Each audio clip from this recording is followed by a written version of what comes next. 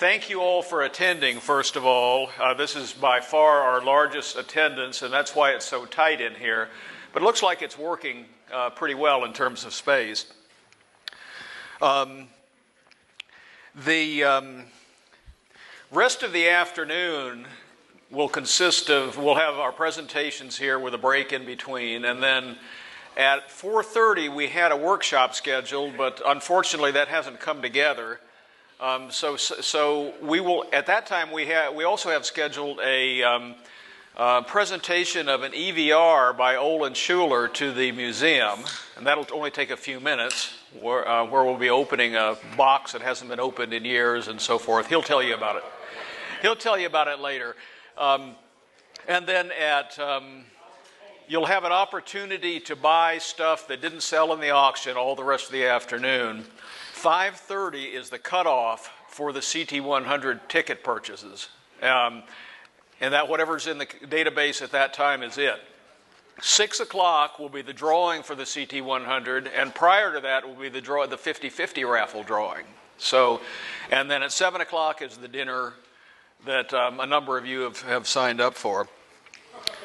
I want to thank a bunch of people. We have had the best participation of volunteers of any year, and that makes it easier for me. You know, if you go back to maybe even 3 or 4 years, I was doing 90% of the stuff. Now I'm doing a fraction of what I did, and I like that.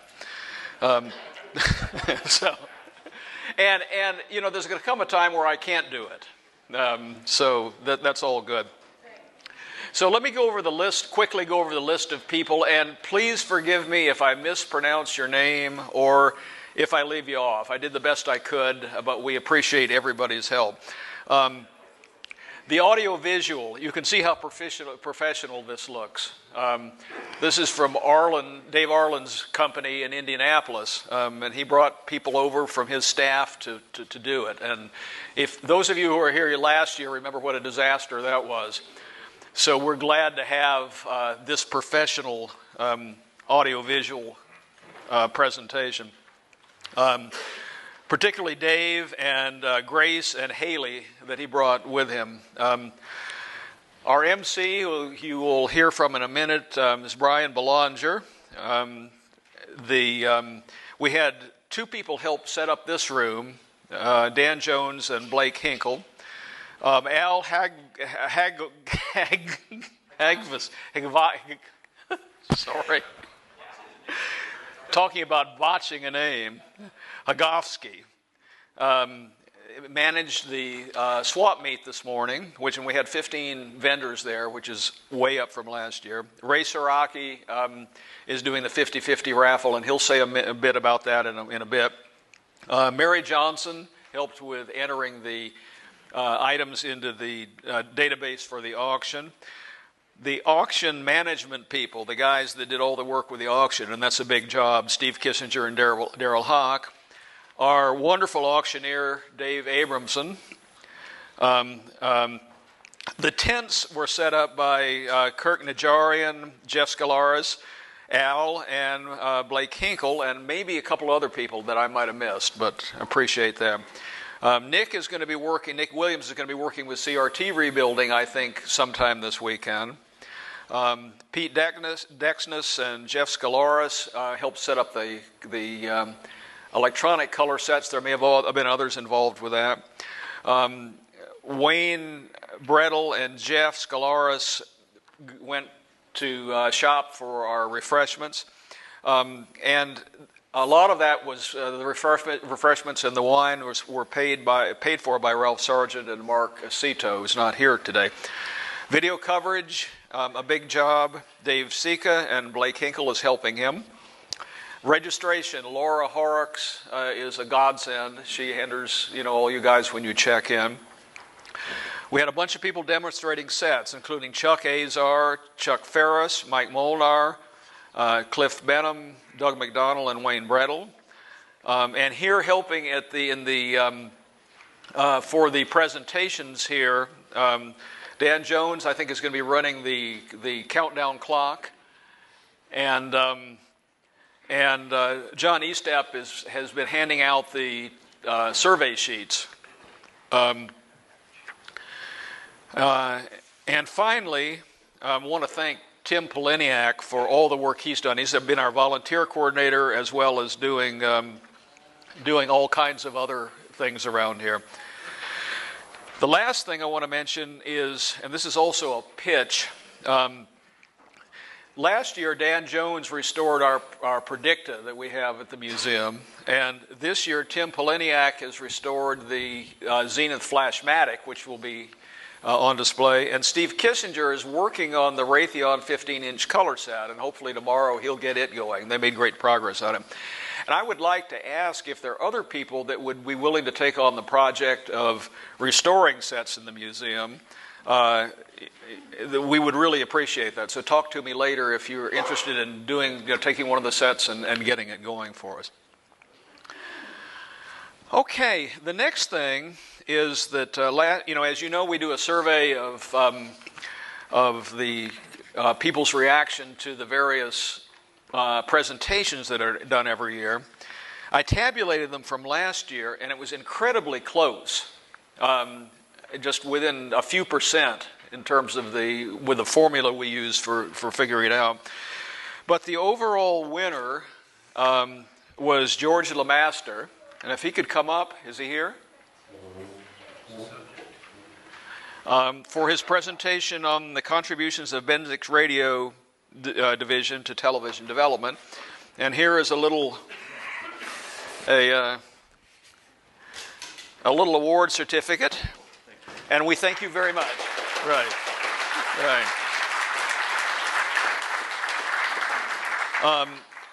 Now, one other announcement is that, as you may know, Dave Sika has been working on estate planning and encouraging people to, when they die, making sure their television sets don't end up in the dumpster. Very shortly, he'll have a web page up with more information on how we can be helpful in making sure that doesn't happen. So watch the ETF website, and you'll see an announcement when that's up. Now let me get Ray up here to say a couple words about the 50-50 raffle.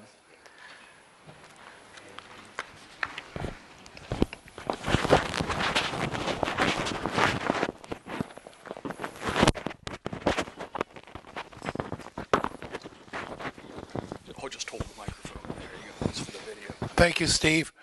Well, last year we did a little bit better than we're doing so far this year. So for those of you that didn't buy a ticket for the television, go ahead and buy it.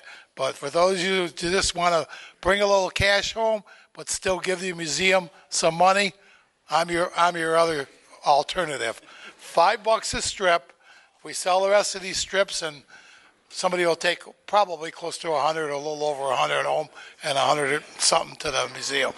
So it depends on how much we sell. So thank you. We'll be selling them right over here. And that's it. Thanks, Ray.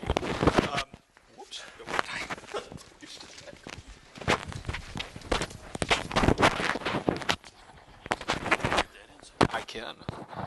Somebody just flashed a sign of in front of me. Ingo Kubi is now a U.S. citizen.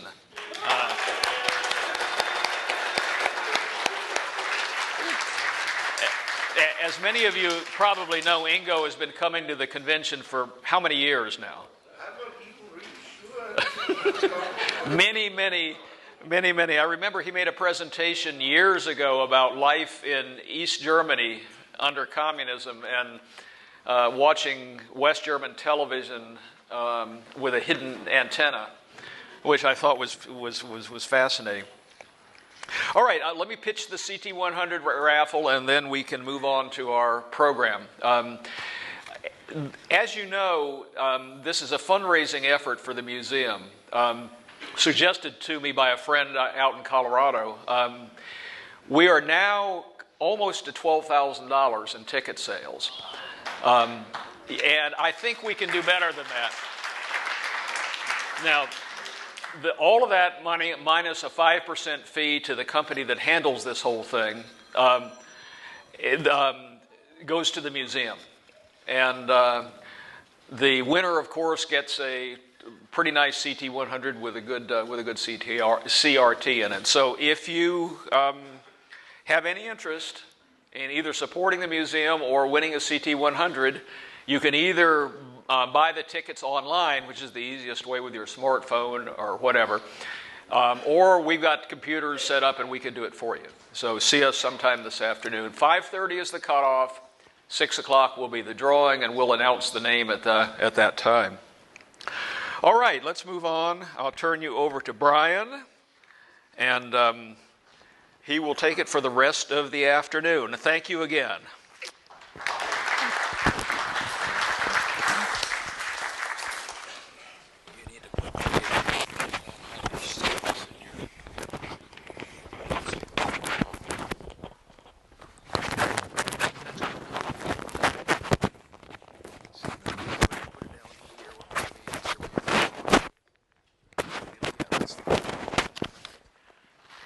Testing, testing. No, you're not going to hear it. That's for the video. Oh, okay. Okay, thank you, Steve, and welcome to everybody. Television depends on advertising, and so it would be appropriate for a television convention to start out with a little commercial for the museum here today. If any of you notice the public broadcasting people, they have their pledge drives and they have these commercials that go on for 15 minutes or more. I'm going to try to not be that long-winded this afternoon, but I do want to say a few words about how important it is to support this museum. I know the first time I came to Hilliard and saw this museum, I was absolutely blown away. I couldn't believe that it would have been possible to accumulate so much history, so many artifacts, extremely rare items all in one place. And I'm sure all of you probably had that same impression when you came here the first time. You can see things here that you can't see anywhere else in the world. And when you come to an event like we're at today, you get a chance to interact, meet with people, talk with people who are experts at all of this sort of stuff. It's really a very unique opportunity. And this museum really does need our support. All of us who are here in this room, we're the kind of people that are going to have to keep this place going and make sure it doesn't die. So I've been a member for a number of years, and I plan to write a check this afternoon to help support this museum. And I really hope that all of you will be as generous as you can. John Estep, where's John? Okay, John is going to be coming around from table to table. We can take your checks, make it to Early Television Museum. We can take cash, and if you need a receipt, talk to John about that. And we can even arrange to take a credit card, a donation, if you want to handle it that way. So please give it some thought. Please be as generous as you can. So also we have that survey form, and there is one change to note on that survey form. Originally the plan was to have Chuck Conrad from Texas give us a talk about his restoration of one of these mobile units. But he's not able to be with us, so we have a very nice substitution, which we'll be telling you about in just a little while. So when you fill out your survey form, if you could sort of scratch that out and put in Matt Cerro, and we'll give you his name when that part of the presentation comes up here. So if you would get out your checkbooks right now, get out your checkbooks, get out your wallets, and please, as I said, please be as generous as you can.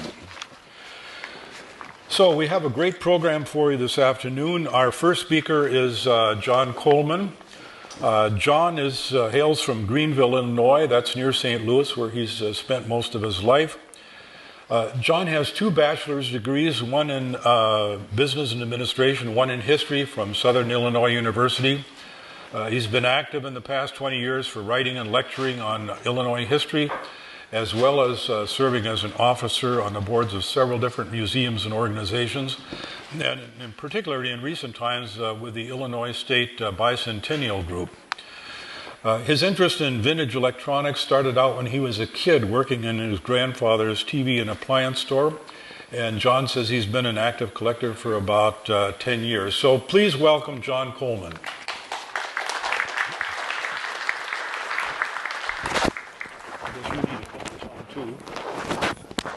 This is for you.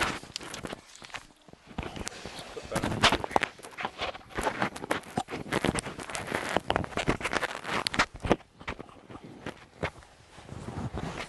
Oh, yeah. Thank you.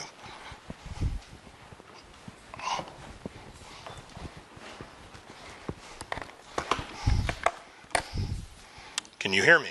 Is that loud enough? Okay. All right. Well, thank you very much for having me here today. Appreciate it. Some of you might be asking yourselves, what's the big deal about TV history of St. Louis? Try to get this working. I'm going to try to get coordinated here. There we go. Got the right button. Okay. After all, St. Louis isn't really one of the largest cities in the United States anymore. In fact, their metro area just dropped below 20th largest for the first time since the 1800s. But in 1945, as you can tell, it was a lot different. They were definitely in the top 10 and would be so until about 1980. Also, if you look at St. Louis on a map of the United States, you'll see that there's some other unique features about it. St. Louis, compared to all these other eastern cities, sort of sits out there by itself, out there in the middle of the heartland. There's not really any other major city that's really surrounding it that's that close that TV stations would be competing with each other. Also, at one time, it was the western end of the coaxial cable. So it was the first city across the Mississippi that was connected, could have live television back to the East Coast. So the Mississippi has always sort of been like a psychological barrier in the United States. The other thing about it is that St. Louis isn't surrounded by any large bodies of water like the Great Lakes or the ocean. So St. Louis media really did dominate a big chunk of the Midwest. So here's the things I want to try to cover today, and hopefully I can get it in 30 minutes. First, I'll talk about the brief little bit of pre-war history of television in St. Louis. Then I'll talk about KSD-TV, the startup of that in 1947. It was the first brand new TV station in the United States after World War II. Talk a little bit about how the FCC tried to turn St. Louis into a majority UHF market. And then I'll talk about the battle for Channel 4. Now, if I had lots of time, I could actually say the battle for Channel 4, Channel 2, Channel 11. And I realize that you all are in a room full of lawyers here, because if you were, I'm sure you'd love to hear me drone on about all the legal battles and all the lawsuits and maneuvering that took place there. But trust me, it was a 10-year battle to try to get a second VHF station in St. Louis. And you had applicants suing each other, suing the FCC, suing their mothers. I don't know what all it was. Okay, so sort of set the stage here for you. These were the radio stations, major radio stations in St. Louis in 1945. The St. Louis Globe-Democrat newspaper did end up buying into KWK. So all the newspapers, all three of the newspapers in St. Louis ended up having radio interest. You also notice that CBS owned KMOX Radio. And early on, CBS had targeted St. Louis to be one of their O&O TV stations as well. By the way, every one of these radio stations would end up applying for TV licenses. So there was a lot of interest in TV in St. Louis. So we'll start at the very beginning. The first time that TV was displayed in St. Louis was at the annual radio show at the old Coliseum downtown. It was displayed by the Insuline Corporation of America. I pulled this ad off the ETF website. It didn't seem to really impress anybody at the time. The press reports didn't really talk too much about it. In fact, one of the reports actually said something about when it worked, which leads me to believe that it probably didn't work very well and didn't really impress anybody at the time. Then in 1929, the Traveler Manufacturing moved to St. Louis. A lot of you are probably familiar with the Traveler TV sets of the 1950s. Then in 1931, that's when things heat up a little bit in St. Louis. You can see 3 of the radio stations applied for FCC experimental television licenses. All of them would end up being denied. Traveler would apply for a license. Then in August of 1931, Traveler announced plans to build televisions in St. Louis.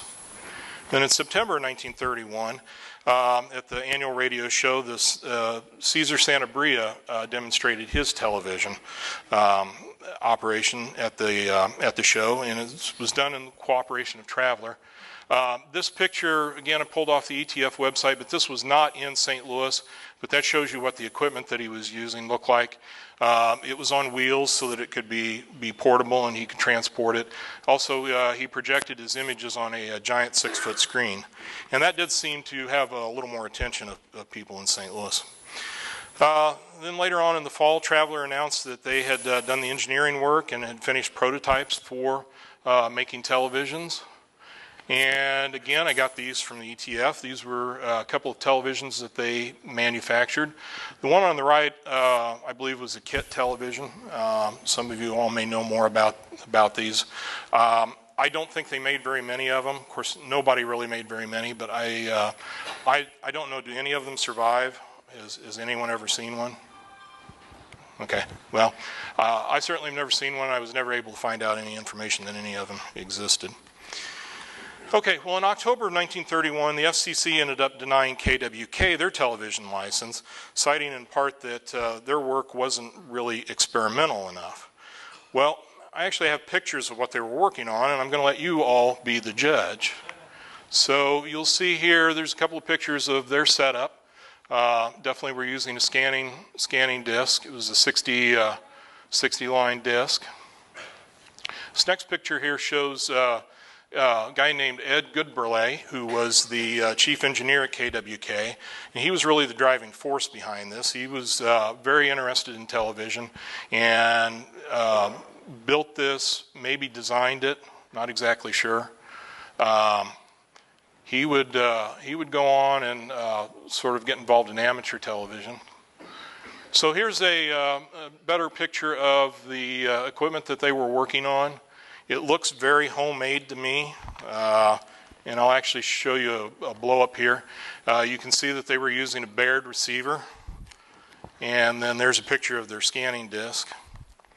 I don't know if you can tell from here, but he actually had all the holes numbered, and he had some sort of white marks on there. I don't for some purpose. Okay, well, anyways, I said the FCC denied them a license for some reason, but in March of 1932, Ed actually broadcast a television signal over his shortwave station, W9BQI, from a home on Ivanhoe Street in St. Louis. I don't know if he was using the equipment that he got from KWK. I don't know if he got to take that home or if he actually used other equipment, but I do believe that this was probably the first time that a TV signal was actually broadcast over the air from St. Louis. 1934, Traveler moved back to Chicago and kind of ended their early TV operation. Then fast forward to 1939, and things kind of heat up again. Both Philco and RCA demonstrate their electronic television in St. Louis. The RCA demonstration was much bigger, as they actually displayed it in the auditorium at the famous bar department store in downtown St. Louis. It was a week-long event. All of the radio stations in St. Louis took part by providing entertainment and MCs. These were closed-circuit telecast, in spite of them showing a giant TV antenna there. They only had 3 televisions that they had spread out throughout the audience, so I don't imagine anybody actually got to see very much. But according to reports, they had 20,000 people that went through and saw it. So, okay, well, on to the first TV station in St. Louis, which was KSD. As you can tell by their old station ID slide here, they were owned by the Post-Dispatch, which was owned by the Pulitzer family, and that's the same, yes, it is the same family with the Pulitzer Prize. KSD Radio started in 1922. It was one of the first NBC stations. It was a very strong station. KSD was also a very loyal customer of RCA's. And in fact, all of their equipment up until the 1980s, I mean almost all their equipment was RCA. They even in the 1930s, 1938, they tried to promote and started using RCA's facsimile system, which would probably be a program all of its own.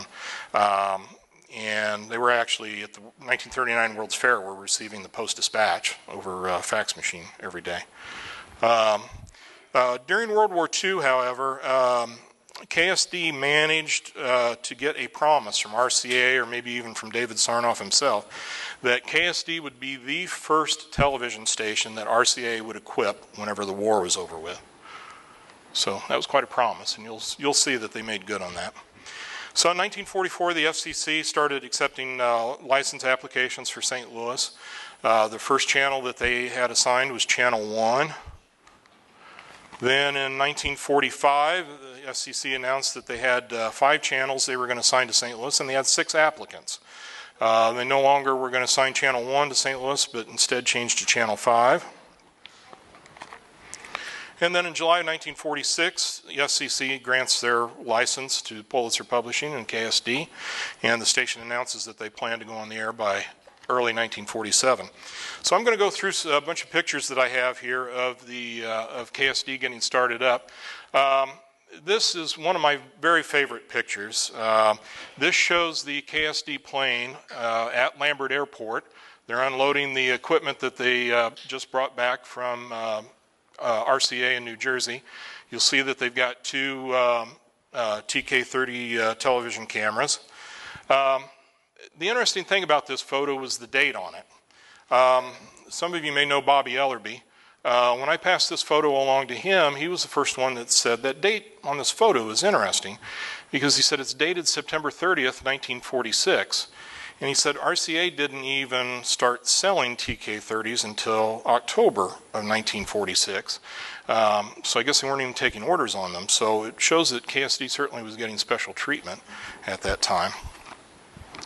This next picture here was taken just over a week later. This is in downtown St. Louis. They started doing closed circuit broadcasting of the Veiled Prophet Parade. If any of you are from St. Louis, you'll know that the Veiled Prophet Parade used to be a really big deal in downtown. You'll see that they've got their cameras there. Also notice, as most of you know, TK30s didn't have their viewfinders ready for them when they first started. But the parade was at night. They claimed that they got very good results, even with limited light on those cameras. The funny thing was that they were supposed to televise the Veiled Prophet ball that was to take place the second night, but the AFL sent a bunch of people down from Chicago to stop it, because KSD actually had signed a contract with the International Brotherhood of Electrical Workers to be camera operators, and they claimed that they were not supposed to be camera operators, so they actually shut down the operation the second night. But okay, well, this shows you the building that's right here in front. Not sure how to get the pointer. Anyway, the building that's right here in the foreground is the old Post-Dispatch building. You can see the transmitter and tower were on top of it. The little short building that's right behind it was actually KSD Studios. The transmitter was the very first TT5 transmitter that RCA made, but actually before that they went on the air with a temporary transmitter, a TT500, and that transmitter ended up later being donated to Kansas State University, and I think you had a program here a few years ago that talked about that transmitter. But again, RCA wanted to make sure that KSD could get on the air right away, so they gave them a temporary transmitter. This is a little bit better picture of their building. This picture is actually from the 1960s, but you can see the building, and then the Post-Dispatch building was behind it. Actually, that building was what they called their mechanical annex, and actually for a while when KSD was in that building, they actually had their printing presses running in the same building. And the Post-Dispatch was an afternoon paper, so they were running at the same time that KSD was trying to broadcast. This picture was from February 6, 1947, which was 2 days before KSD actually went on the air. So they did an experimental broadcast. RCA sent a bunch of staff people out to KSD in order to help them get started. So some of them actually filled in to be interviewees for the experimental broadcast. This is another view of the inside of the studio. By the way, the kind of fuzzy looking stuff that's on the walls is shredded asbestos. Yeah. That is one of their monitors. Also saw a story that the engineers from KSD had to actually wait before they could fly back to St. Louis for these monitors to actually come off the line. That's how new they were. So I'm going to roll through pretty quickly through some of these pictures here. It just gives you an idea of what KSD was going through. Being owned by a newspaper, they were very good about taking pictures of what was going on. This was in Kiel Auditorium. You notice that they were using, looks like a 630 as a monitor there. Oop. Yep. And then right there you'll see this was in Old Sportsman's Park. They were showing a Cardinal game. You see the little Mickey Mouse ears that they were using for viewfinders. And then that just shows you, yeah, they were using 621s. I think they kind of dumped a bunch of 621s in the St. Louis market because the newspapers were still, some of the places that were selling them were still advertising them into 1948. Oop. A little bit jumpy here. This picture, it was kind of interesting to me because it doesn't have those little Mickey Mouse viewfinder there. It's got, sort of looks like a submarine periscope on there. So I don't know, does anybody know what that is? Is that something that was available commercially? I sort of figure it was somebody sort of homemade something. Yeah, so I'm not exactly sure what it is, but apparently it worked. KSD also had a mobile unit. This picture was taken in 1949. Vice President Alvin Barkley was married in St. Louis. He got married while he was vice president. And yeah, he was like 70 years old at the time, I think. Anyway, the KSD actually transmitted some live pictures during that back to New York. So I'm going to go through some other pictures here. You see by now they've got their viewfinder.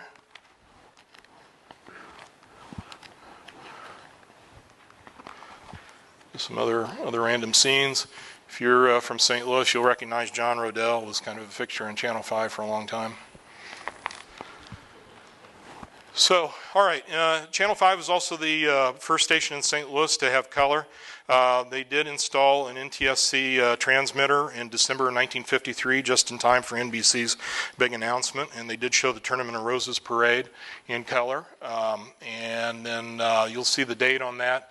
It's April 13th, 1954, and those Westinghouse sets were the very first color sets that were sold in St. Louis. CT100s, they did start advertising those about a month later, maybe a few weeks later. Can't remember. Okay, this looks like something else is going on here. Anyway, okay, NBC, their color caravan that went across the United States transmitting color programs made its very first stop in June of 1954 in St. Louis at Grant's Farm. Grant's Farm was the estate of August Busch, and it was also where they raised the Budweiser Clydesdales. So you'll see here where they have set up the TK41s. Were they 40s or 41s? 40s. Okay, yeah. And then there's their microwave link back to downtown St. Louis. And KSD didn't have live color cameras themselves until 1966. They did not buy any 41s for some reason. They did try out the Dumont color cameras in 1955. Again, they had a week-long demonstration at a famous bar, but for some reason they did not take them. But this is sort of a famous picture that was out of the RCA Broadcast News in that issue where the chief engineer at KSD talks about how great those cameras were and how much they just loved them. And there you'll see some candid shots of them in the studio and at work. The interesting thing about it is they were gone by 1970. They only lasted 4 years. 1970 they replaced them with TK44s. And those lasted much longer. So we'll backtrack here a little bit. 1948, when the FCC freeze starts, the FCC had not granted any other license. They were taking applications for Channel 4, but they had not granted one yet. So St. Louis ended up being the largest city with only one TV station. There were other cities that had only one TV station, but some of them had already permits for construction permits, but St. Louis did not have any.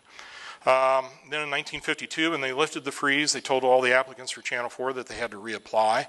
At that time, KXOK radio station thought that they sort of had an inside track on getting Channel 4 for some reason, and they actually went ahead and ordered equipment from RCA. They had cameras shipped out to St. Louis, and they had a transmitter that was sitting in New Jersey waiting for them to get a license.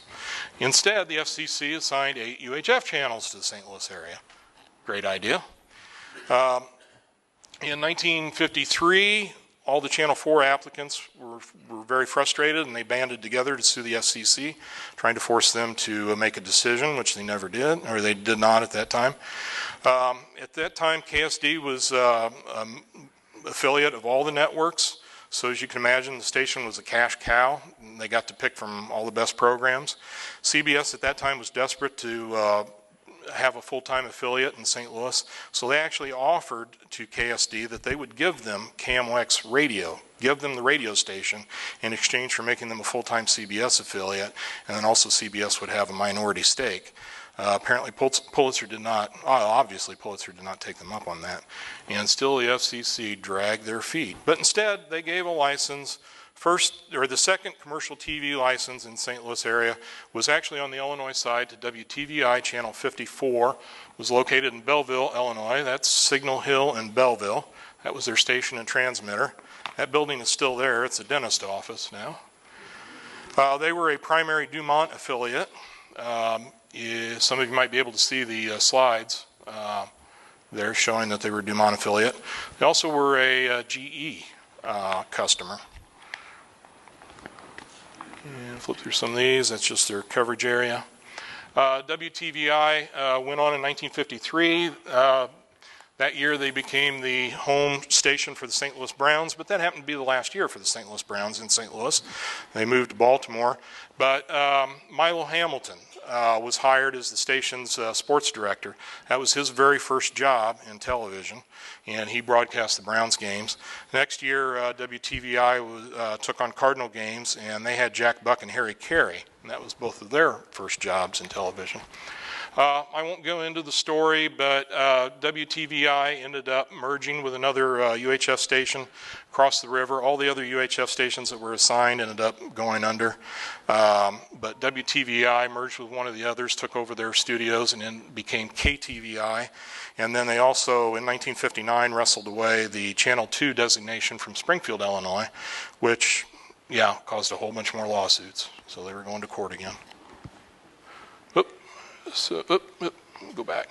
Well, anyway, there's their transmitter. There's some GE cameras. And there's what happened whenever their transmitter ran into a tornado in 1959. Yeah. So they ended up just cutting it off at the base, and they used the base as a microwave stand. Okay, so in 1954, all the other applicants for Channel 4 withdrew in favor of KWK. In return, KWK would allow them to buy into the station. CBS did not buy into the station, but they did withdraw their application. So finally, St. Louis got another VHF station. Right there, Channel 4, said they were affiliated with the Globe Democrat. Whoop. Whoever comes up after me, this is touchy, I'm telling you. Okay, so that was their studio and their transmitter on Cole Street in St. Louis. It's actually now the studio for KDNL. And when they went on the air, they did put in an NTSC transmitter, so they were able to transmit CBS's color shows. So here's a few behind-the-scenes photos of KWK.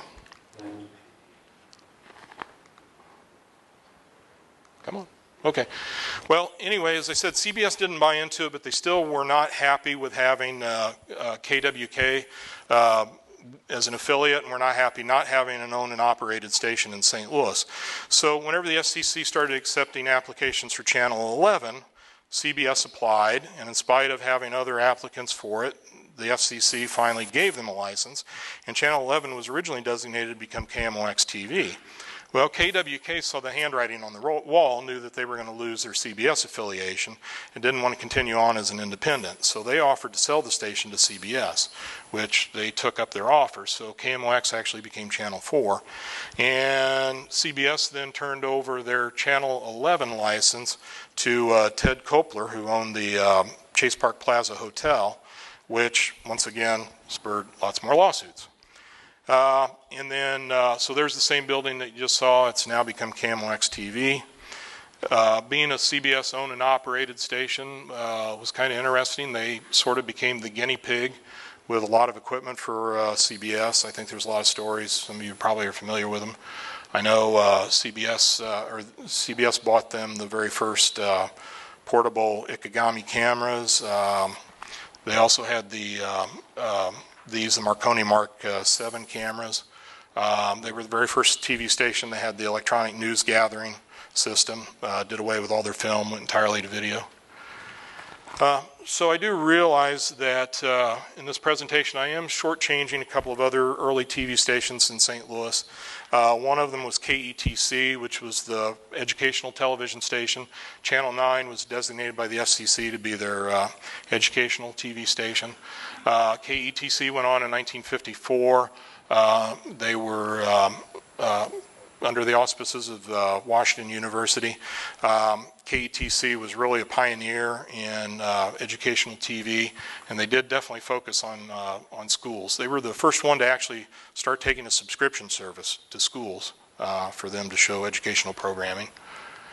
And then I told you Channel 11 was signed to Ted Kopler at the Chase Park Plaza Hotel. He did succeed and got to keep his license, and he turned KPLR into really one of the strongest independent stations in the Midwest. Really became, after cable TV channels started coming in, it really became sort of a mini superstation, kind of the way that WOR and WGN became throughout the Midwest. Anyway, you'll see Jack Buck there is enjoying a beer in front of a camera. That was KPLR was also a big GE customer as well. So, in conclusion, since I got a few minutes here, I do just want to point out, you'll notice that a lot of the pictures that I was showing you came from the St. Louis Media History Foundation, which was started by a guy named Frank Absher. And Frank was a big help to me and was very kind to let me use some of the pictures that you've seen today.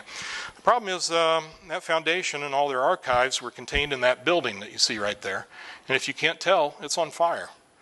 As a matter of fact, the very same night that Steve sent me an email asking me if I would do this presentation, I sent a message to Frank and I didn't get a reply. And when I turned on the news that night, guess what? Their building was on fire. And I can laugh now because I'll tell you the story. They were incredibly lucky. This was the Karpeles Museum in St. Louis. It was one of those museums, if you're not familiar with them, this wealthy individual had set up a number of really sort of paper museums around the country and had one in St. Louis. There were multiple groups that used this building, including the St. Louis Media History Foundation. They have a collection of over 7,000 photographs. They've got all kinds of artifacts from TV, radio stations. They've got all kinds of tape. And then also newspapers. They've got a collection of newspapers as well. Anyway, the amazing thing was when the St. Louis firefighters were in the building and they realized that the ceiling was about to collapse, they started grabbing boxes and started grabbing artifacts and hauling them outside the building. So with the thanks to the St. Louis firefighters, they were able to salvage almost all of the foundation's collection. So they came very, very close to losing a big chunk of St. Louis broadcast history. So yeah, bad things do happen in museums sometimes. So Frank said the worst thing that they lost was, I think, a box of promotional T-shirts that the stations used to give away. Yeah. So, and then the bad thing about it is, he said, now their collection's spread out among 5 different garages all over St. Louis. So until they find another building. So that's all I had. I know we went through it pretty quickly. I've still got a minute. I have a minute and a half. Thank you.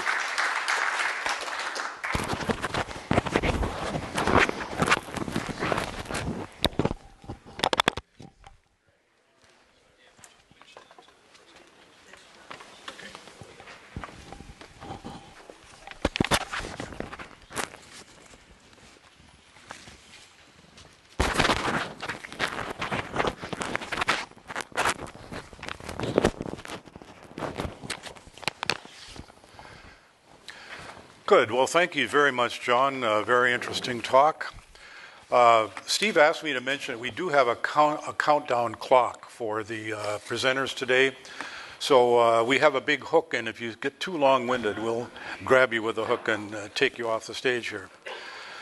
So our next presentation was supposed to be by Chuck Conrad, but as I mentioned, he's not going to be with us today. But fortunately, we have a very good alternative talk for you today by Matt DeCero on the topic of reverse engineering the mysterious REM cathode recovery unit and CRT tester. So our next speaker, Matt, is an electrical engineer from Seattle with a bachelor's degree in EE from the University of Washington and an MS and PhD from MIT. And Matt currently works at Seabird Electronics in Bellevue, Washington, where he's designing oceanographic instrumentation. His interest in early television began at a young age, and at that time he was restoring a 1947 Motorola VT71, and that was when he was in 10th grade. But his early interest in tinkering with electronics, of course, led to his current career in the electronics profession. And he continues to be very active in the hobby, and his latest project, he says, is restoring a 1960 pageant. That's a 405-line set from the UK. So please welcome Matt DeCero.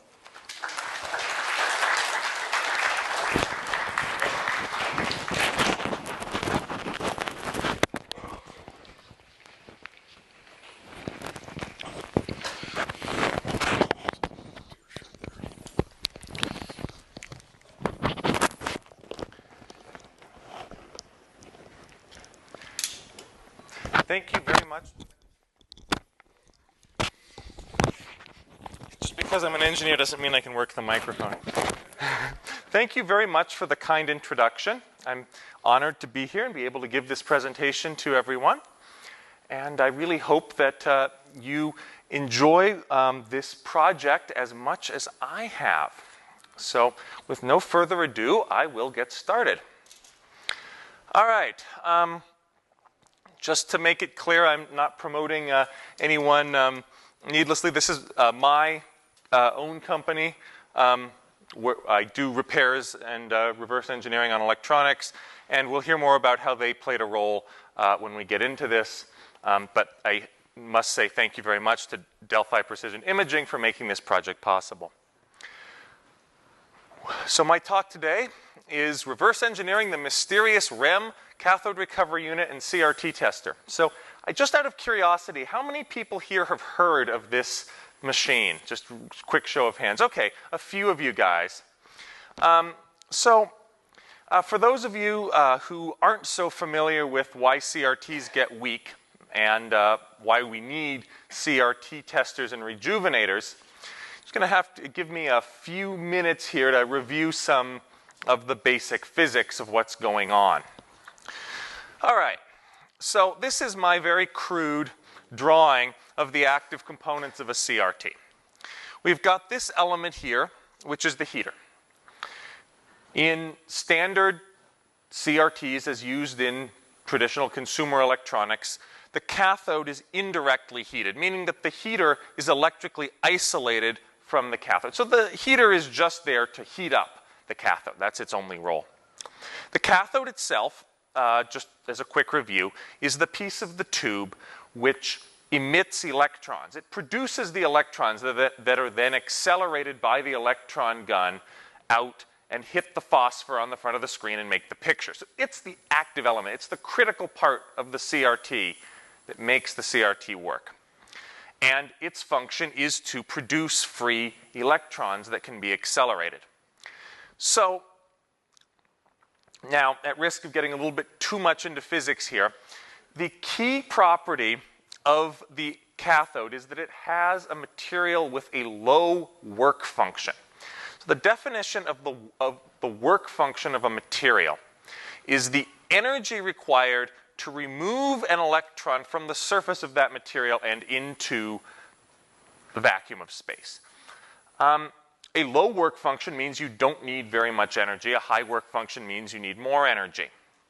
And that energy comes from the heat of the heater. So the heater heats up the cathode. That gives the electrons thermal energy, and that thermal energy is high enough for the electrons to overcome the work function of the cathode's coating. And then you can imagine like the electrons basically boiling out of that cathode, and then they're picked up by the electric field in the gun and shot toward the screen. All right. So in order to build a cathode, you've got to have a material with a really low work function. And unfortunately, because physics has a way of playing tricks on us engineers, the materials which have a low work function happen not to be something easy like nickel or steel or, I don't know, dog hair. No, it has to be really exotic materials that are alkaline earth oxides. So the alkaline earth metals, we've got our barium, our strontium. These are exotic materials that all have the nasty property of being extremely reactive with oxygen and other gases in the air and producing, well, if you've ever been to high school chemistry and you've ever dropped pure metallic sodium into water, small explosions. So the way that they get them inside the CRT is they put them down as an oxide. And then when the cathode is activated, so that's where you heat the cathode to a high temperature using the heater during the evacuation process of the tube, a very, very thin layer on the outside of that coating is converted back into the pure metallic alkaline earth metal. And that is actually the material which has the low work function, which will emit electrons from the cathode. Okay? Now, this last statement is the most critical. As a tube ages, residual gas, either that's just in the vacuum of the tube, but more commonly is actually soaked into the metal and glass components of the inside of the CRT. Remember that at these ultra-high vacuums, all materials are like sponges to gas, will come out and will react with these highly reactive alkaline earth metals and deactivate that cathode so that the material has a higher work function. Okay? Now, it may be a little bit too much physics real quick, but that is the basis of what's going on when your tubes get dim. Okay, so we've all been in this situation. We have a CRT, and that CRT is weak. It doesn't make a very bright picture. I mean, the easiest thing you could do would be to turn off all the lights and squint at it in the dark, but that makes it really hard to show off to your friends. So instead, typically, one of these three solutions is chosen. The first, which is the best, if we could still do it, would be to rebuild the CRT. And in theory, all you'd typically have to replace is that oxide coating, but because it's buried inside the rest of the gun, that's not so easy to do. So you end up having to replace the whole electron gun assembly. And so again, if possible, that's our best option. But in reality, these days, that's not so much of an option. So that leaves us two.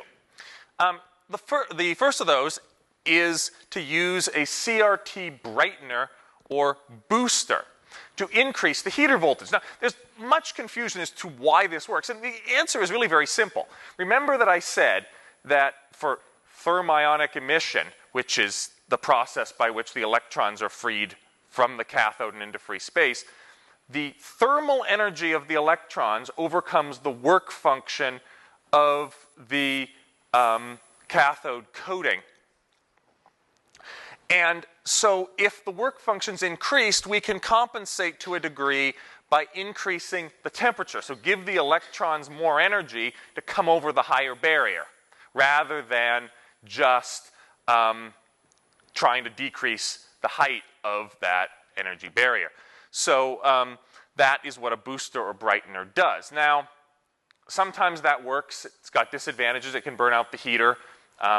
So the other option you have is to use a CRT rejuvenator. I really hate that term because it doesn't really do that great a job of rejuvenating it, or restorer, to attempt to repair the cathode coating by removing its outermost contaminated surface. Okay? This technique is going to be the focus of the rest of this presentation. All right. We good? All right. If I can. Okay, this thing is touchy. Okay. Dang it. Yeah. So, as I said before, a CRT rejuvenator or restorer is there to attempt to remove the contaminated outer surface of that cathode coating. And typically the way that's done, in fact the only way that I know of that's really done, is by running a high current, either in the form of a spark or a continuous current pulse, between the cathode and the G1 grid. So the G1 grid, that's your control grid, that's the first grid, G1, because it's the first grid after the cathode. And you can see the little gap here. This is what's starting to form that beam of electrons.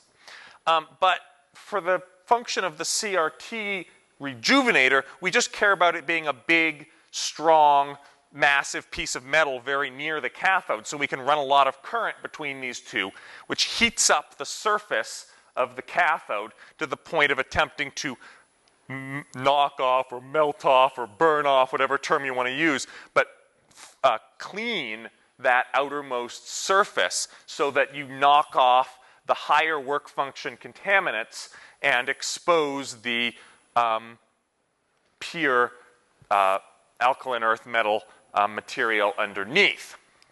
However, as is familiar to those of you who've actually attempted this process, there's quite a bit of risk of stripping the coating off of the cathode completely, because remember that those alkaline earth metals are put on there as a relatively thin layer on top of typically a nickel substrate.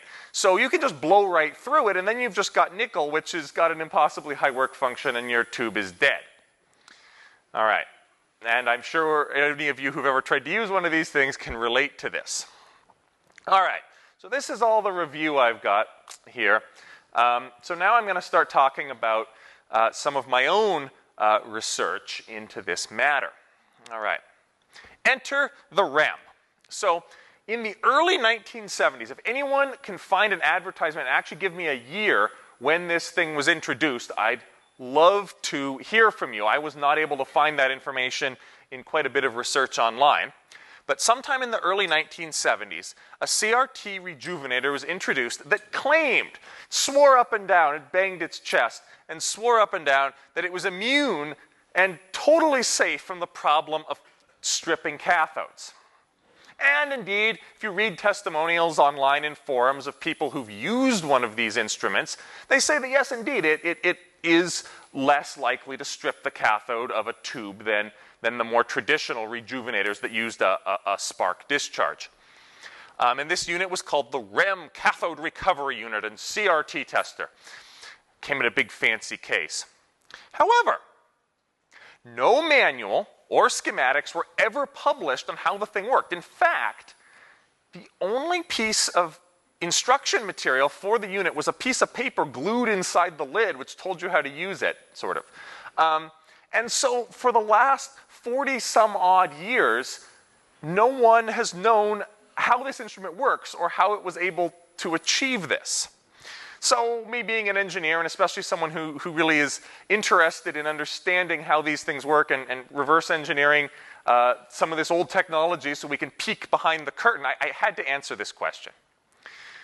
All right, so, you know, eBay accountant, $20 later, I've got on my doorstep one of these REM units. So again, for those of you who maybe hadn't seen one before, this is what they look like. There are 3 meters here for the 3 colors, because these were sold mostly for the color TV market. All marked, it's sort of hard to see in this picture, but they're all marked just 0 to 10. There were no units of emission, really. A big timer, a supercharge button, and a current meter. That was about all you saw. It was that plus the instruction sheet I mentioned earlier. So really sort of mysterious. Plus, of course, a large 60-second mechanical timer. Now, I played with some dead tubes and was able to see that this thing kind of sort of worked, but I mean, at least it did test the quality, but I didn't see much evidence of the restore function doing anything. So the fact that it was broken and the fact I really wanted to know how they worked led me to trying to figure out, how the thing actually works inside. So, I tear apart the chassis, and I should have probably grabbed a picture of the chassis, but I didn't have one handy. There wasn't really much to it. A couple switches, a transformer, some wires, and a big black, super mysterious, epoxy-potted brick. So clearly, obviously, the magic secret, the amazing piece of technology that no one in 40 years has ever seen before for CRT testers has to be buried inside this block of epoxy. So, talk about sort of like, if you very carefully cut the credit card number out of your secret documents, throw that away separately. Obviously they know that whatever the secret was, it was right there. So it's pointing you right toward it. Now, you'll notice it's got, and this will come back to this in a minute, 4 colored wires, right? These and these are the same color, and this is the same color. And then 1, 2, fat wires, and then I think that's actually a mistake on my slide. That should be 3 skinnier bare wires. So something very odd here is in this thing. So you could sort of see a little bit through the potting on the back, and you could see a couple resistors, but not a whole lot of hints. So my first thought, and I've done this before for reverse engineering hybrids and ICs and couplets, is to just use a combination of solvents and heat to dissolve away the epoxy to just recover what's inside. That was my first thought, but I've always wanted to try industrial X-ray, since it seemed like it would have some very powerful uses, both for my hobby, our hobby, as well as my work professionally in engineering. And so I decided to seek out someone to just, experiment with the technology and see what it could do. And this is, again, where that Delphi Precision Imaging comes in. I did some Google searching and ended up finding Delphi, which is very near my work there in Redmond. And I told them what my project was and how I was doing some basically historical research. And they were really very, very kind and offered to scan my part for free.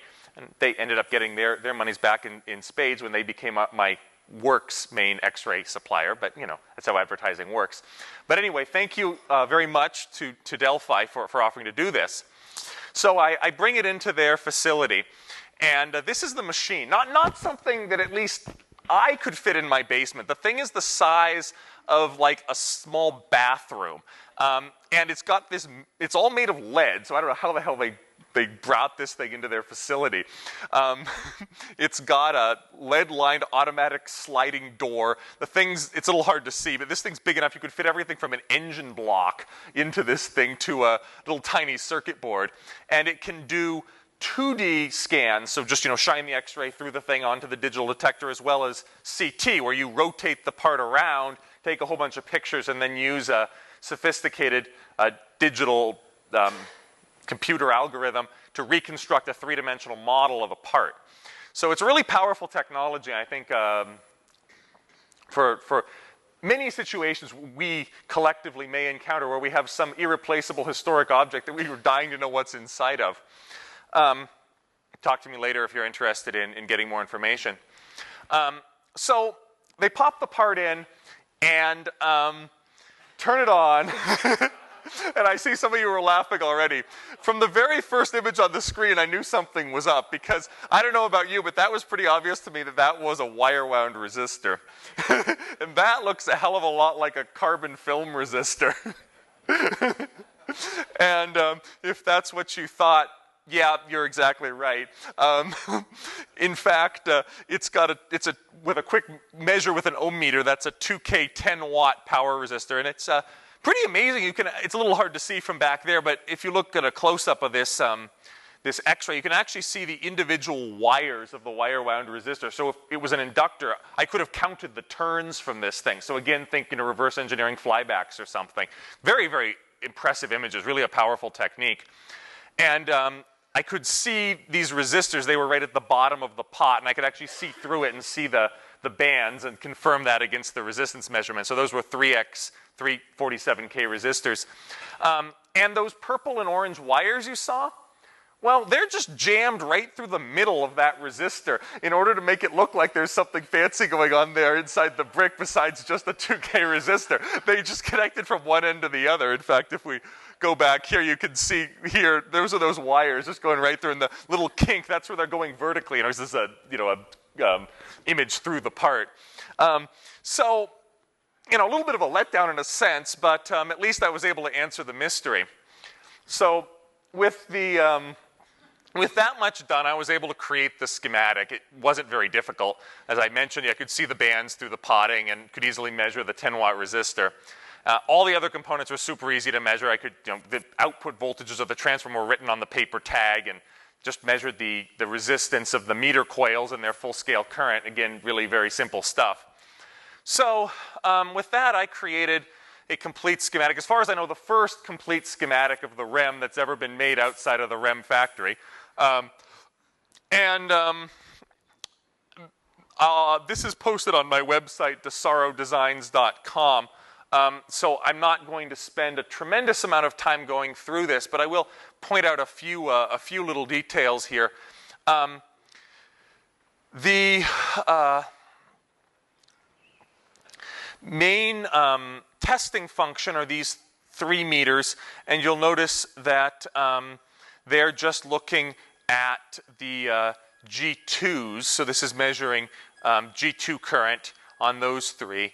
And then the so-called current meter, that's actually wired up to G1. So that's your G1/cathode. It's measuring between the cathode and G1. So that was telling you how much current is going through during the restore. And the rest of it, there's not much to. There's 2, 1, and 4007 diodes that are producing the high voltage, 16 microfarad capacitor to filter B+. There were several different versions of this tester. Just looking at pictures online of the cases and chassis, I was able to identify 3 versions. What I'm calling version 1, and there was no model number or anything, so this is my nomenclature, has no heater voltage switch, and the supercharge button, which I'll talk about in a second, is labeled 5A. In the second version, it's labeled supercharge, and there's again no heater voltage switch. And then the third version is supercharged with a heater voltage. And in fact, even if you have one of the ones that doesn't have the heater voltage switch, you can see the taps are still there on the transformer. So it'd be very easy to wire a switch in if you were so inclined. They also came with a test socket to test the function of your REM. Was also epoxy potted, but I didn't even have to x-ray it. It was very obvious with an ohm meter that all that is a 120K resistor. Nice work, guys. That leaves us to the final question, which is how does the restoration function actually work, and what's the purpose of the timer, and how is it claiming not to strip cathode? So what this is a simplified portion of that larger schematic that I have pulled out here for clarity. And again, I replaced the complicated power supply with just a little tag here, B+, B-. So if we just follow the current path here, so conventional current comes out of B+, goes through the timer, 0 to 60 seconds, through a 1.5K 10-watt resistor, through that current meter, so this is measuring how much current is flowing during the restore, through the purple wire inside the module. Very important there. It's got to be purple, and it's got to go through that module. And then that goes to the one of the 3 G1s. So depending on whether you're doing a black and white or one of the 3 guns of a color tube, you choose which G1 you're using to restore which cathode. And then the current comes into the cathode. Remember, electrons flow the opposite direction of conventional current, so that means the electrons are coming out of the cathode, back through that 2K 10-watt resistor we saw inside the module, and back to B-. So that's the circuit. And the supercharge button here, that is just reducing the value of that 2K 10-watt resistor to a 10 ohm 5% resistor. So that's just causing more current to flow from the cathode, or from G1 to cathode, more electrons to flow from the cathode to G1. And then these 47K resistors, this is part of the testing circuit where we're again just measuring cathode current for the test function. So now let's talk a little bit about why this might be claimed not to strip cathodes. The traditional way of doing a rejuvenation, if you know the old-time techs, you would have a high voltage, 400 volts often, that you would more or less directly apply between the cathode and G1. And then you'd watch the arc that would form. The cathode would start arcing inside the tube to G1. And you would watch the color of that arc. And when the color of the arc changed, you'd let up real quick on the rejuvenate button. Or sometimes the units would just produce one spark every time you pushed the button. And that process, while very effective for a tube with a thick oxide coating, was pretty poorly controlled. That arc sort of go where it wanted to and could quite easily strip off the cathode material. So what this is doing is the same idea. We're still trying to heat the cathode. We're still trying to expose the surface. But instead of having an essentially uncontrolled amount of current, where the amount of current flowing between the cathode and G1 is limited just by the impedance inside the tube and the output impedance of that power supply, here we're actually using a controlled resistance in series with that, which is quite a bit of a higher resistance than we would have seen. And then instead of just having a spark that lasts for a fraction of a second, we run that current pulse for a longer period of time as controlled with the 0 to 60 second timer. So the idea is to more gradually heat the surface of that cathode with a much higher current density than it would see in operation to try to clean it off, but not to do that in such a violent process as actually forming an arc. And I might also note that REM, although they made a big fuss about this, was not the only ones to use this technique. Any of you who've ever used a CR70 or a CR7000 by Sencor, it's got the restore, low, medium, high, and then rejuve. And if you actually look at what it's doing, because I repair those as well, it has an electronic an electronic timer as opposed to a mechanical timer, but it does exactly the same thing, where it is providing a resistor or current source, limited current for a long duration to attempt to heat that. And then if you knock that instrument all the way up to the rejuve function, then yes, you're discharging a big capacitor between the cathode and the G1. So that is their magic sauce, and it really isn't very exclusive to REM. The other one that comes up a lot is the Beltron. I can't speak with authority on that. I haven't studied that particular tester in any depth, but I would be surprised if it wasn't using this same technique. So just to, this is just what I was explaining here, more for people who are reading the presentation after the fact. It's limited in duration by the timer and limited in magnitude, the current that is, by the resistor, and it's a long duration rather than a high current pulse. But it ultimately does the same thing as every other CRT rejuvenator, which is to run current between the cathode and G1. All right, so there's one final mystery before I open it up to questions, and that is, why didn't mine work after all this trouble? Well, it turns out the X-ray can answer that as well. If you look real close, you can actually see a crack right through the middle of that resistor. So someone tested a shorted tube on this thing, and the cathode voltage went directly to G1, and that fried that resistor. In fact, this one's burned out right there. This was the only one that was any good, but it was even out of spec. There's a little sort of faint line there. So none of these resistors were really any good. This one was just the most visibly cracked. So again, for diagnosing electronics, it really shows the power of X-ray. All right.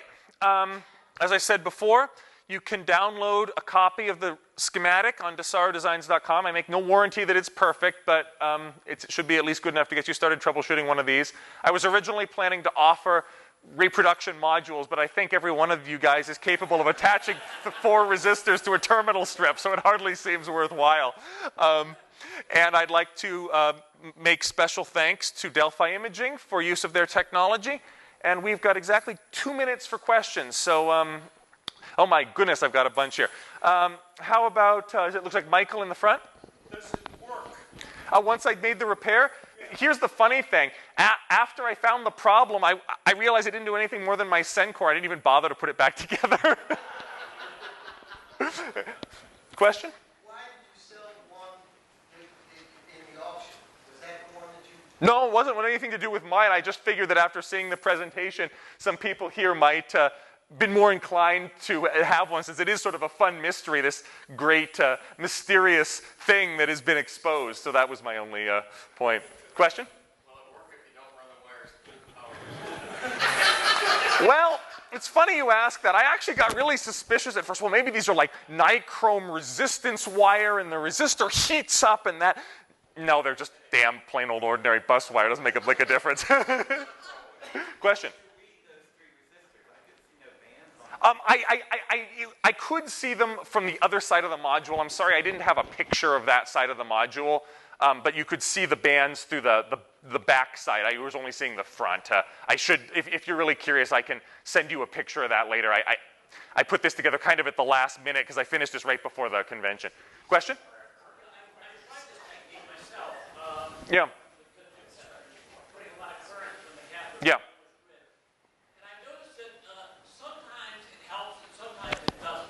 It's not a foolproof way of doing No. it, but it sort of works sometimes. And I don't know whether it's best you try that, but I've So yeah.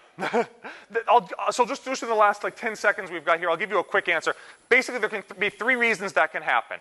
Either the cathode can be so contaminated, the surface of that oxide coating can be so damaged that you can't get enough current really even to pass through it all. Second, you can pass current, but it can't clean it off because there's too much. Or third, the coating actually degrades and leaves, so that it could be that it's already all stripped off just from use. Or fourth, it could be something else wrong with the tube. It could be full of gas, could be an open element, something else going on. But yes, nothing's perfect short of a rebuild. Okay, last question? You haven't mentioned the grid.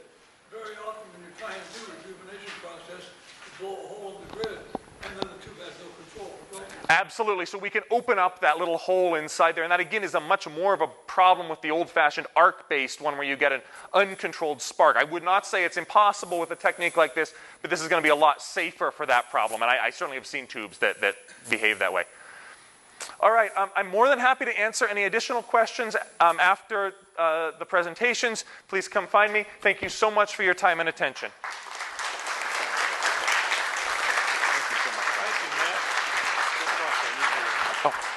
Yes.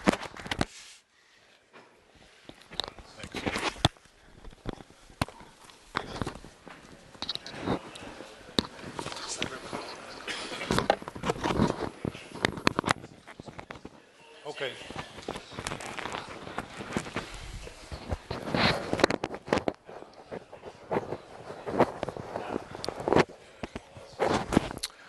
Okay, well, as I mentioned before, John is taking donations. Just wave your hand to everybody, John, so they see where you are.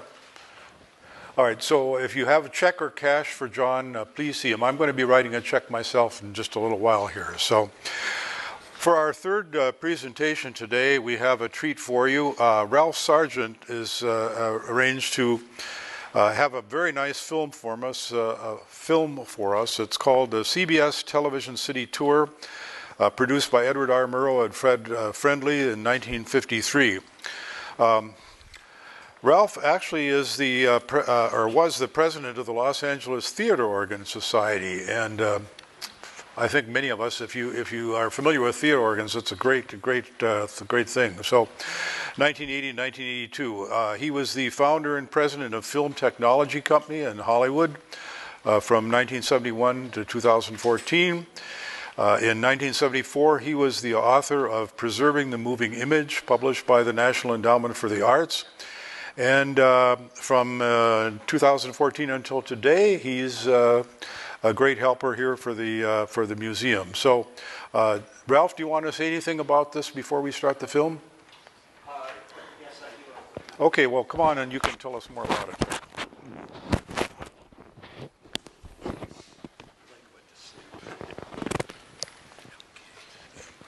Let's put this onto you there.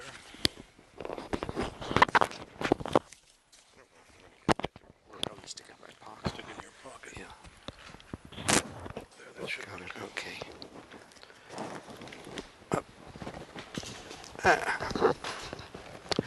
I'll keep this very brief. Everybody knows Edward Murrow. I say everybody in this room, I'm sure, knows who Ed Murrow is, and he was one of the featured personalities on CBS when we were all a hell of a lot younger. And he had a producer for his shows. And in fact, that man and Ed did what you're going to see here. There are about 4 things that I want to point out rather than grab his thunder. The property that we're talking about here has been sold by CBS after almost 70 years or so, to a developer, and will be torn down. So this is one reason that you should see how it was when it was first built and equipped. And the arrangement in the contract calls for there to be a 5-year gap in which CBS still functions from that building. And I should also point out that additional sound stages were built to the adjacent to this building in the intervening years, and a lot of very well-known programs have come from that area. This was the Hollywood or the West Coast center for CBS operations. Now, another thing to take into account, and this is obviously not immediately linked to what I just said, is that iconoscope cameras were used initially for transferring of film images to video signals. And they do not mention that in this film, but you could see it very quickly, especially when there's a segment on projection of film into the television system.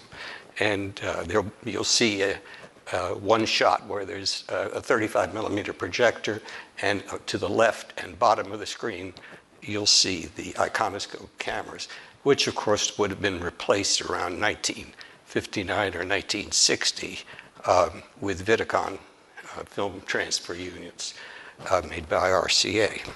Now, and of course all of the equipment in the building at that time was RCA, and CBS grew to hate RCA. And they blotted out the RCA logos and everything on the cameras and other equipment with especially aimed gray paint, and I've taken a good deal of that off because I've got several of those cameras. Now let's see. The types of IOs that were used in those cameras were 5820s, and that's true, of course, with the TK31s also. Jumping ahead to another area of this film, the recording of programs for either delay or for future historical purposes was done to film. There was no videotape at that time. And station I was working at the time got their first VTR in roughly around 1960. And that wiped out Eastman Kodak selling an awful lot of film from that point on. Let's see.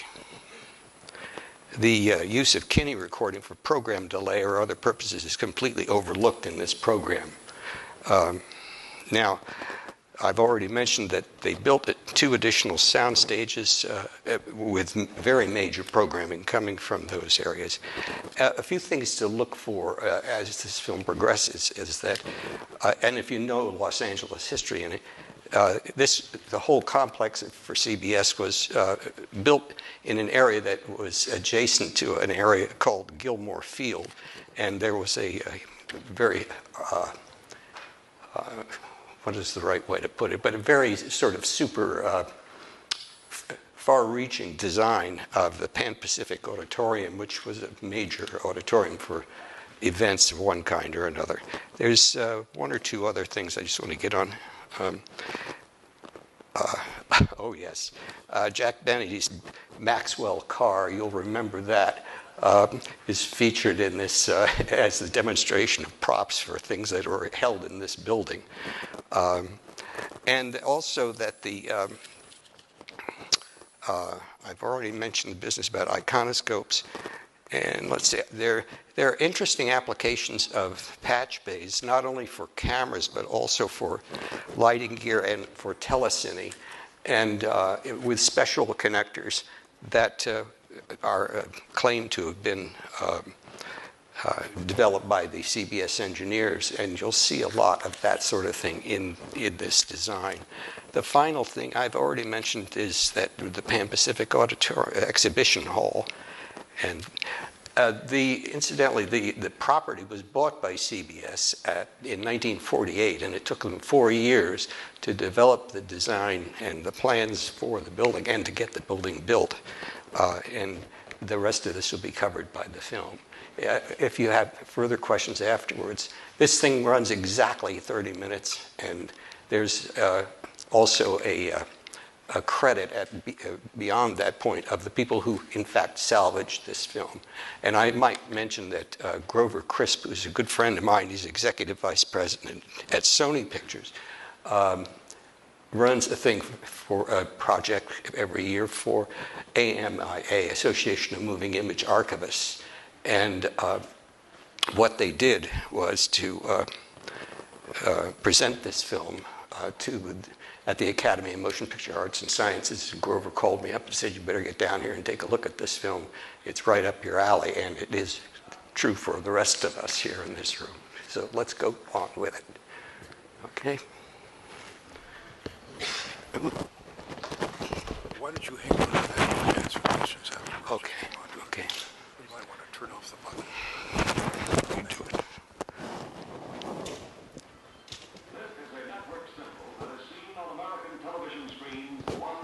Just flick the little switch here. Louder, louder. CBS Television City in Hollywood, California.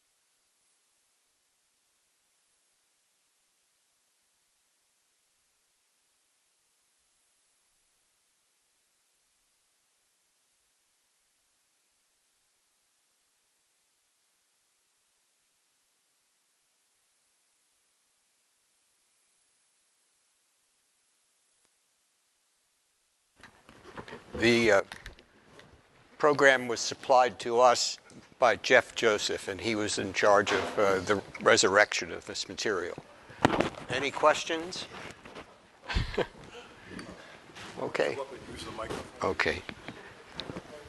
Ralph, did you say that they're getting ready to tear it down? Yes, the building is sold, and they've got 5 years to continue using it, and towards the end of that period of time to abandon the whole thing, or take what. This is at Fairfax, and I'm trying to remember what the other cross. Look, yeah, there you go. Yeah, it's not really Hollywood. They always kept saying it was Hollywood, but it's not really. It is an area that constantly is changing. They'll go in and rip buildings down one way or the other and set up something else. Yes? What's going to happen to that wonderful room that had videotape recorders of just about every format? Well, I can't answer that question. I cannot. No. Is that where Carol Burnett did her? Yes, it is. Yes, it is. Absolutely. And I'm trying to think of any major show from the West Coast undoubtedly originated in that building and or its adjuncts. No, Carson was NBC. Yeah. Yes, sir. Yes, it is. Yeah, that area referred to as farmers market. But even the farmers market has changed enormously from what it was. Well, I moved there in like the 1960s or so, and the whole thing has essentially been wiped out and replaced. You know, they keep the name, but not the building. Now I think it's the Grove. That's right. That's true. Yes. Yes, sir. I think that was the first time I saw some shots of Murrow without a cigarette. Ah, very rare. Cigarettes, but there were several shots where he did not have a cigarette. Or it wasn't lit. You know, he may have been tucking it into his cuff or something. You're absolutely right. Yeah. Yes, sir.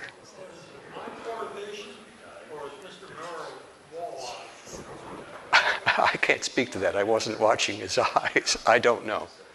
I don't remember, actually, because I watched his shows like the rest of us, very closely, and I don't remember seeing that effect. Yeah, yes, sir? I thought the audio was kind of distorted and Yeah. people couldn't be heard. Was that in the original? I can't answer that question.